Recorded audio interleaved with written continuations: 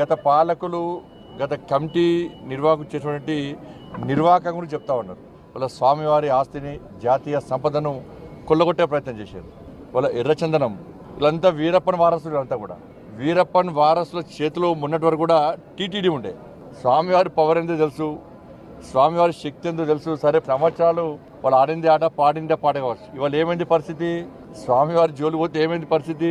కాబట్టి ఎర్రచందనం పేరుతోని దొంగదందా చేస్తూ వేల కోట్ల రూపాయల స్వామివారి ఆస్తిని జాతీయ సంపదను దోచుకుంటూ వాళ్ళే ఇవాళ రాజకీయాలను శాసించే స్థాయికి వచ్చారు. రాజకీయ నాయకులను వాళ్ళ గుప్పిట్లో పెట్టుకొని ఎన్నికల్లో గెలవాలన్నా, ఎన్నికల్లో ఖర్చు పెట్టాలన్నా, పార్టీలు నడవాలన్నా, చివరకు ప్రభుత్వాన్ని కూడా అప్పులు ఇచ్చే స్థాయికి వచ్చినంటే ఇంతకన్నా దుర్మార్గం, ఇంత సిగ్గుచేటి కూడా కాదన్న విషయాన్ని మనం గుర్తుంచుకోవాలి.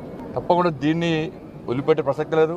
గతంలో విషయంలో చంద్రబాబు నాయుడు గారు మాట్లాడారు, పవన్ కళ్యాణ్ గారు మాట్లాడారు, మా భానుప్రకాష్ గారు, వీళ్ళందరూ కూడా ఈ విషయంలో చాలా సందర్భాల్లో ఫైట్ చేశారు. కానీ వాళ్ళ ఆలోచన ఏంది? కాబట్టి దాన్ని వదిలిపెట్టే ప్రసక్తి లేదు. పూర్తిగా ఈ విషయాన్ని మా కేంద్ర హోంశాఖ మంత్రులు అమిత్ షా గారు తీసుకొస్తాం. తప్పకుండా దీన్ని నివేదికలు తెప్పించుకుంటాం. ఎర్రచందనం స్మగ్లింగ్ పేరుతోని స్వామివారి సంపదను, జాతీయ సంపదను ఎవరైతే దోచుకున్నారో, అక్రమ దందా చేశారో ఆ మూర్ఖులను వదిలిపెట్టే ప్రసక్తి లేదు. మా మీద ఏ రాజకీయ ఒత్తిడి ఉండదు. రాజకీయ ఒత్తిడికి భయపడేటువంటి వ్యక్తులం కాదు. మేము ప్రజా సంపదను, శ్రీవారి సంపదను, జాతీయ సంపదను కాపాడే వ్యక్తులం. ఇన్ని రోజులు మీరు ఆడింది ఆడపాడు. ఇక్కడి నుంచి జరిగే ప్రసక్తి లేదు, వాళ్ళని వదిలిపెట్టే ప్రసక్తి లేదు.